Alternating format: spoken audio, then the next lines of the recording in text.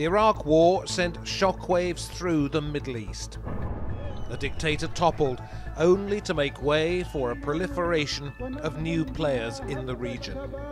15 years after the US launched what it called Operation Iraqi Freedom, what lessons were learned from the war in Iraq?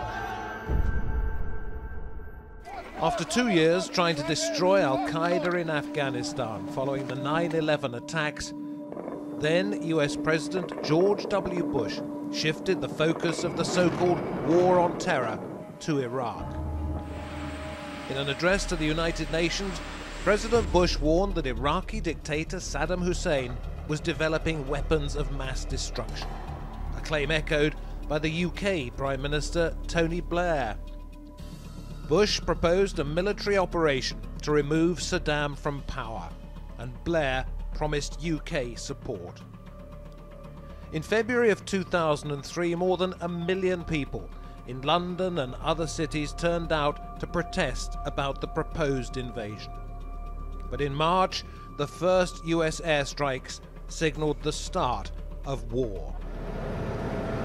American forces overthrew Saddam quickly, and in 2006 he was executed. But there was no plan for what would follow regime change. Terrorist groups began filling a power vacuum. One of those groups was the Islamic State in Iraq, later to become ISIS.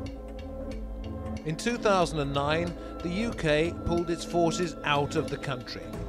And in 2011, after nearly 9 years of combat, the last US troops left Iraq. Iraqis are still living with the consequences of the 2003 invasion. Having taken advantage of the civil war and its sectarian tensions, extremist groups, including Daesh, now control large parts of Iraq, while the Iraqi government struggles to maintain order.